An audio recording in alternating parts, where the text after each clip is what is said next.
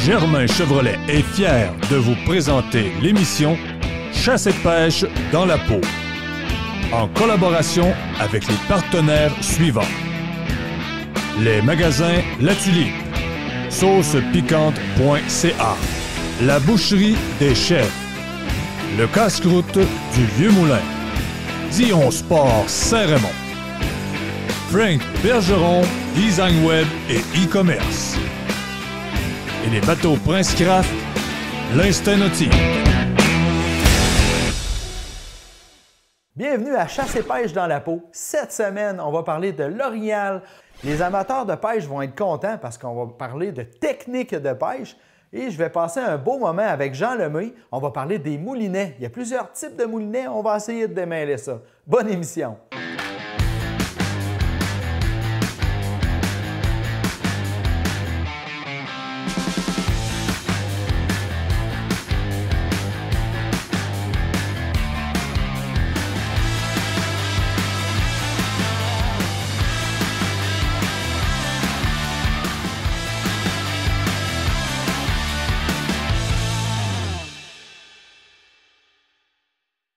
J'ai quelque chose à vous montrer. En fait, c'est un panache que j'ai trouvé lorsque j'étais en forêt en prospection. La première chose que je me suis dit, c'est quel âge peut bien avoir cet orignal-là? J'ai compté les pointes. 1, 2, 3, 4. Est-ce que c'est un orignal qui a 4 ans? Je ne suis pas sûr. On va aller chercher de l'information là-dessus.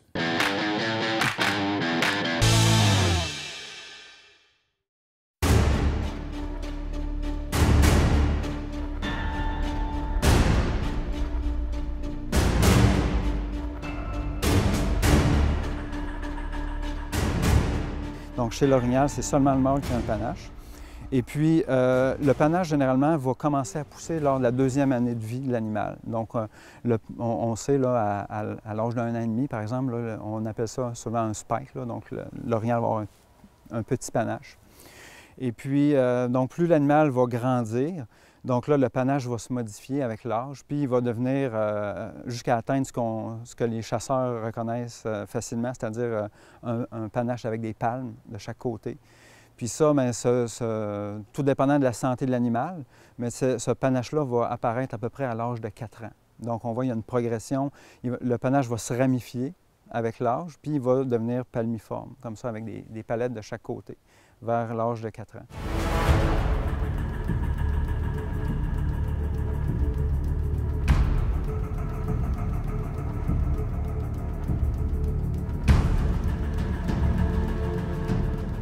C'est un os, le panache. Ça, les gens ne savent peut-être pas ça, mais c'est une structure osseuse, comme un bras. Alors, le panache est constitué essentiellement de calcium et de phosphore. C'est une structure qui est vascularisée aussi. Donc, on sait, durant l'été, l'orignal a un panache velu. Hein, c'est la peau qui est sur le panache de l'orignal. Les vaisseaux sanguins permettent d'amener les nutriments au panache puis permettre sa croissance. Puis la croissance va arrêter abruptement avant le rut. Généralement, c'est autour de la mi-août, fin août. Et puis là, l'orignal, la peau va mourir hein, parce que la vascularisation arrête. Il n'y a plus de circulation sanguine. Puis là, la peau va tomber. Fait que là, on voit les orignaux souvent se gratter le panache sur les arbres pour se débarrasser de la peau morte. Puis là, obtenir le beau panache lustré et luisant qu'on voit à des centaines de mètres de distance, puis qui va aussi lui permettre au mâle d'établir son statut social.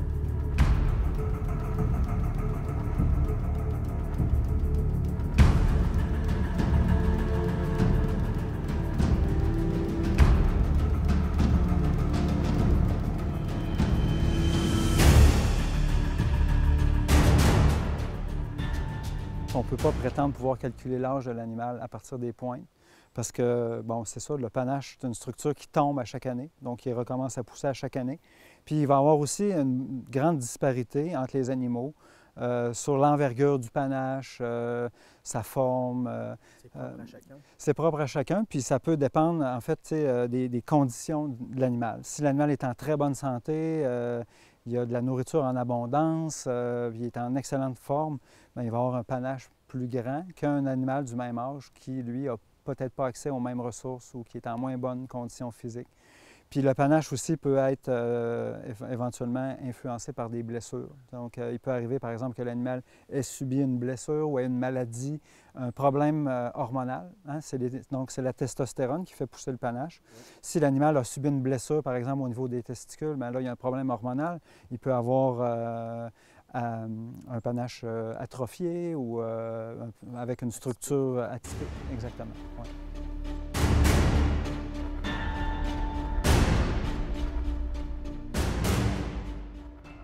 Pour être capable de permettre la croissance de cet appendice-là, l'orignal va devoir puiser dans ses réserves de calcium. Et puis, par exemple, surtout au niveau des côtes, il va y avoir une réabsorption du calcium dans le sang qui va contribuer à la croissance du panache. Puis ça, bien, ça peut causer de l'ostéoporose chez les orignaux.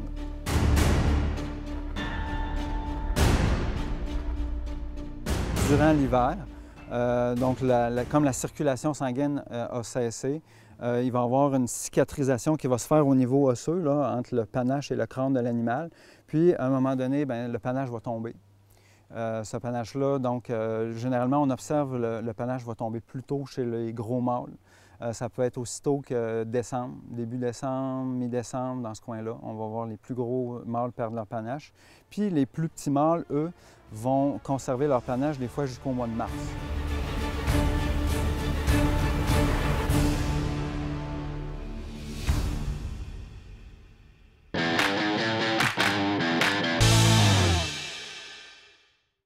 On va parler de pêche. Aujourd'hui, la technique du Ned Rig. Ça constitue en quoi? Je vais vous le dire tout de suite.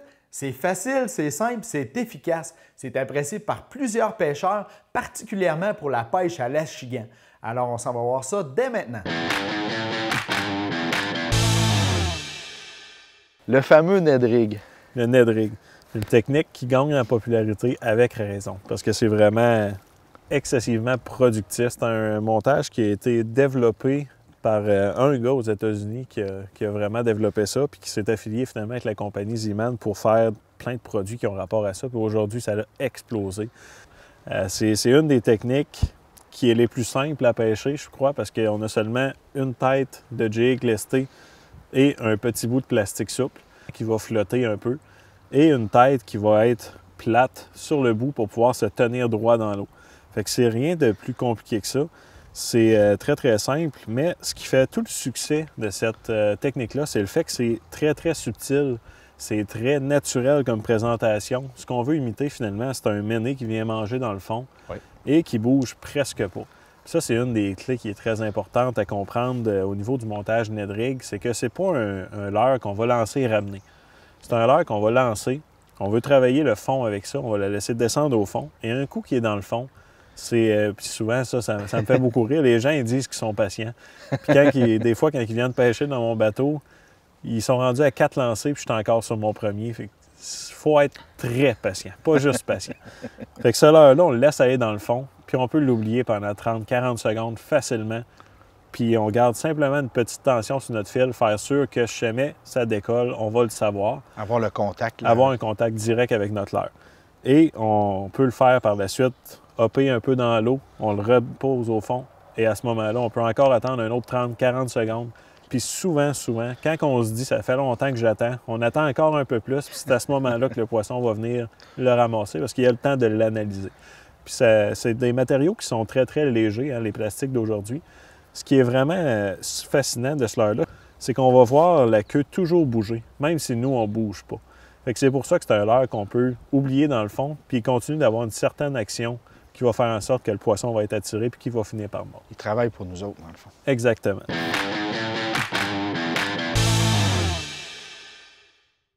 On va parler de moulinet. J'ai ici un moulinet bien particulier. C'est un moulinet de lancer lourd. Sur le marché, il en existe différentes familles. C'est dur peut-être de s'y retrouver puis de comprendre lequel est le mieux, le plus efficace pour notre type de pêche. On va aller parler avec Jean Lemay qui va nous éclairer là-dessus. Il y a plusieurs types de moulinets sur le marché. J'aimerais ça qu'on démystifie là, chacune des familles. OK. Bien, premièrement, on va commencer par les lancers fermés. Ce qu'on appelle en termes, il y en a en anglais qui disent push button. C'est un moulinet qui est très facile au point de vue des lancers. Dans la deuxième catégorie, on va parler aussi des lancers légers, ce qu'on appelle en anglais spinning reel. Et aussi, on tombe dans la troisième catégorie, les lancers lourds. C'est beaucoup plus précis. On peut lancer des leurres beaucoup plus pesants. Puis aussi, au point de vue du ferrage, à cause d'exécution de la canne qui sont plus rigides que toutes les autres cannes normales des autres catégories, c'est plus facile au ferrage.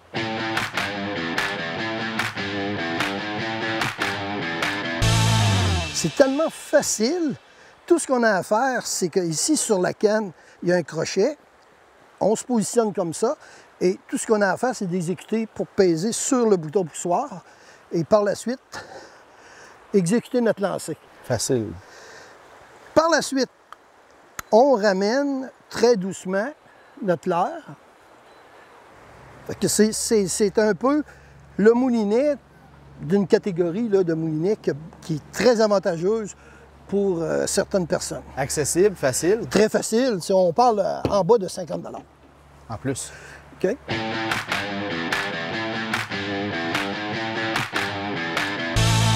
Là, ce qu'il faut faire, c'est exécuter, prendre notre fil, rouvrir l'anse de notre moulinet et par la suite, exécuter le lancer tout en gardant le doigt. C'est lui qui guide ton fil. C'est ça. Bien, puis qui guide ton fil, puis qui peut aussi la rétention de faire le lancer, de l'exécuter, tu sais, en le lançant. Oui. OK?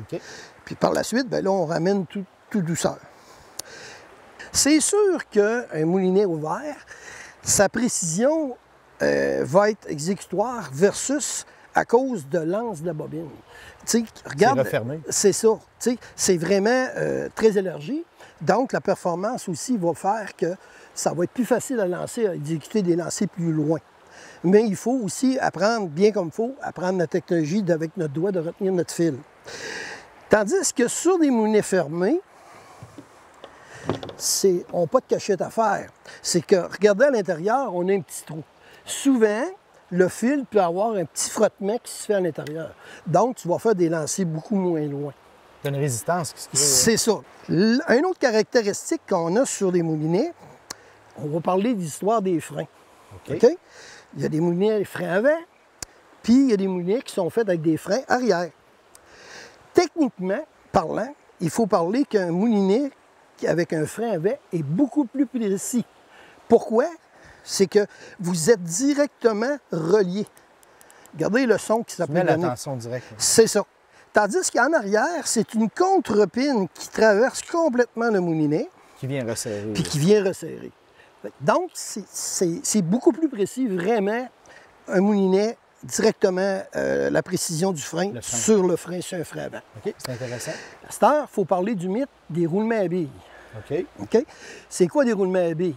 Il y a des moulinets à billes qui en ont 1, il y en ont 2, il y en ont 3, il y en a qui parlent de 15. OK. Mais On va avoir une qualité là-dedans aussi. C'est ça. C'est que, du moins dans la catégorie des moulinets Quantum, quand on parle de ball bearing PT, c'est vraiment des roulements à billes en acier inoxydable, conçus aussi contre la rouille et l'eau. Ça tourne toujours en douceur.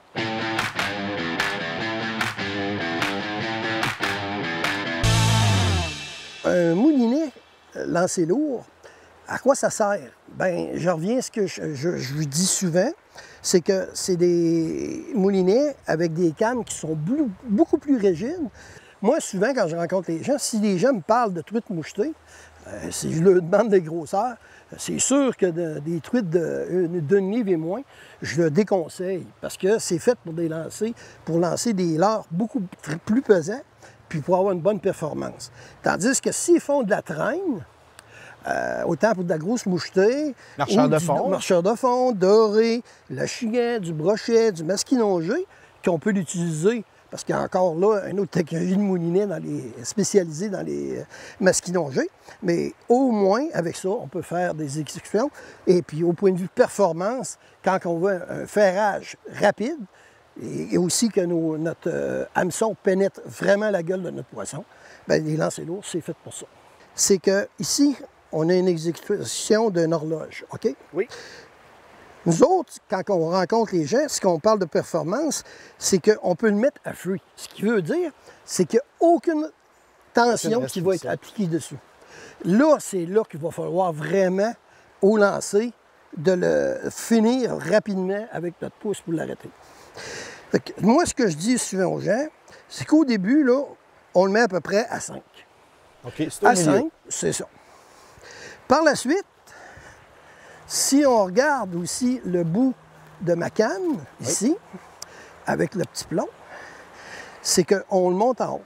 Ce qui est bien important, regardez la vis ici d'ajustement. C'est ça qui va tout faire la différence. Là, on est barré, mettons, présent. C'est ça. C'est ça. Regarde, si on regarde, j'ai fait vraiment peser sur ma planche. Le leurre reste à l'autre extrémité, Dans descend le fond, tu as enlevé le frein, il est libre de pas. descendre C'est ça. d'un premier temps, puis là, tu l'ajustes. Puis là, tu l'ajustes. Avez-vous vu la performance que ça donne là, quand on le laisse tomber en doucement? douceur. OK? Maintenant, avec un ajustement comme ça, ce que je dis souvent aux gens, vu qu'on débute avec ça, alors donnez-y juste un petit quart de tour de plus. OK? Plus serré. Plus serré, tu vas peut-être faire un petit peu moins de distance normale, mais au moins, tu vas pouvoir même lancer sans être obligé de terminer ta bobine avec ton pouce pour l'arrêter. Pour éviter que le roulement C'est libre, ça. Si je le regarde bien, là, regarde comme ça, regardez la perruque, ça s'est exécuté. Juste en descendant. Voyez-vous, je l'avais laissé trop smooth, je veux dire trop léger. Et puis par la suite, juste en l'enclenchant dessus, le leurre est descendu en avant de mes pieds. Mais regardez la perruque qui s'est provoquée. Exactement. Parce qu'elle a continué à tourner sur son axe. Chaque fois qu'on exécute avec un nouveau leurre, Oui. on n'a pas le choix de réajuster la combinaison moulinet avec versus notre leurre. Fait que c'est sûr, si on pêche avec une jig de une demi, puis qu'on par la suite on dit, bien, à cause du courant, on l'augmente à 1 once, c'est pas la même pesanteur. Fait on doit se réajuster en conséquence pour bien ajuster notre moulinet, pour avoir la bonne combinaison gagnante dessus. Si je veux m'éloigner un petit peu plus loin, ce que je vais être obligé de faire, c'est que je vais ouvrir mon moulinet. Mais par la suite, quand que je vais exécuter mon lancer, OK, je vais le terminer avec mon pouce, puis c'est tellement beaucoup plus précis qu'on peut arrêter pendant la course de notre leurre si on voit un poisson sauter. Rapidement, on arrête notre bobine. Sur le champ. Fait que ça, c'est vraiment une performance de plus que lancer léger ou un moulinet fermé. Puis ces moulinets-là, bien, si on veut, on peut faire de la pêche avec des lancers légers ou le fermé, mais pour lancer des leurres comme les spinnerbait avec des grosses rétentions, des jigs, bien, c'est le moulinet. Moi, je le vois aussi, Jean, pour la précision. Oui, Samuel. On longe le long d'un lac ou d'une rivière. On veut lancer, je vais dire, d'un quenouille sur le bord des herbages. C'est ça. Je le vois, on peut arriver à la seconde. Oh, je suis à l'endroit que je veux, je bloque avec mon pouce. C'est ça. Et puis, sur les modèles ici que j'ai, on a aussi le flipping switch. C'est quoi? C'est que, admettons, Samuel, quand on fait de la traîne en bateau, sur notre sonore, on est dans 25 pieds d'eau. Oui. Par la suite, on voit qu'il y a une fosse qui arrive dans 35-40 pieds d'eau. Bien, l'important, c'est que tout ce qu'on aura à faire, c'est de peser sur notre moulinet. Il va dérouler automatiquement. Puis par la suite, aussitôt que j'arrête, regarde, il est prêt déjà à ferrer. Ouais. Je n'ai pas bougé d'aller réarmer mon moulinet. Fait que ça, c'est vraiment très bien. Je l'utilise, puis c'est vraiment bien, effectivement. Ouais.